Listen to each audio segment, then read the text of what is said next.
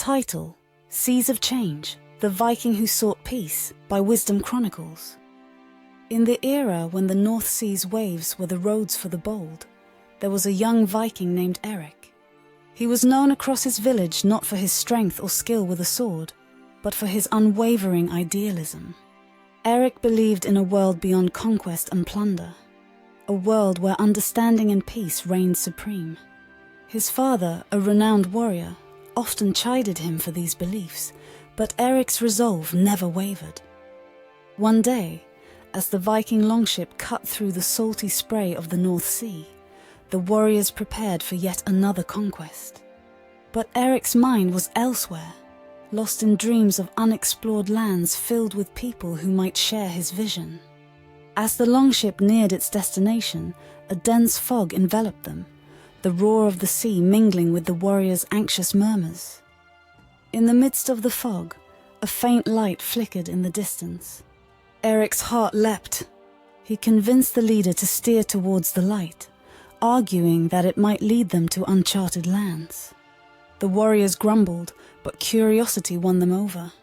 As they drew closer, the light grew brighter, revealing a lighthouse perched on a rocky cliff.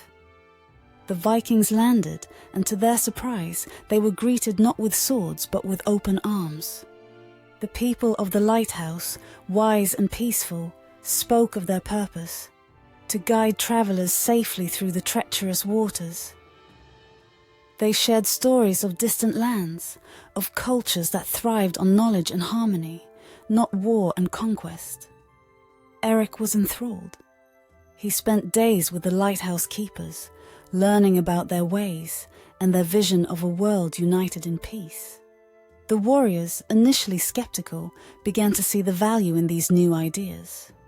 They shared tales of their own, of the harsh realities of Viking life, and found a common ground with the lighthouse keepers. As the days passed, a change came over the Vikings. They began to question their path of plunder and conquest. Erik saw this as a sign, a step towards the ideal world he had always envisioned. He urged his fellow Vikings to spread these new ideals to their people, to foster understanding rather than fear among different cultures.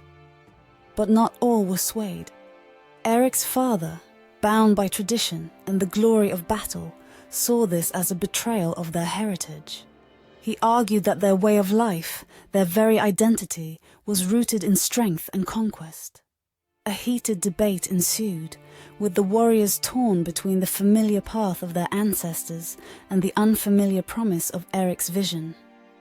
As the argument reached its peak, a great storm approached, the likes of which none had seen before. The Vikings hurriedly set sail, but the sea was merciless. Amidst the chaos, Erik's father was thrown overboard. Without hesitation, Erik dived into the raging waters, risking his life to save his father. They were pulled back aboard, battered but alive. In that moment of vulnerability, Erik's father saw the strength in his son's convictions, the courage it took to hold on to idealism in a world that often rewarded the opposite. He realized that true strength lay not in conquest, but in the courage to envision a better world. The Vikings returned home, their hearts and minds heavy with new thoughts and feelings. Erik's act of bravery and his unwavering idealism had planted seeds of change in their hearts. While not all were ready to abandon the old ways, many began to see the world through Erik's eyes. Like the lighthouse that guided the Vikings through the fog, idealism serves as a beacon, guiding us through the murky waters of cynicism and despair.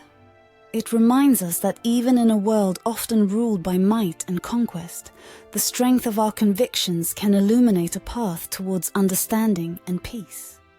The story of Erik and the Vikings teaches us that while holding on to idealism in a harsh world is challenging, it has the power to inspire change and open hearts, proving that true strength lies in the courage to dream of a better world.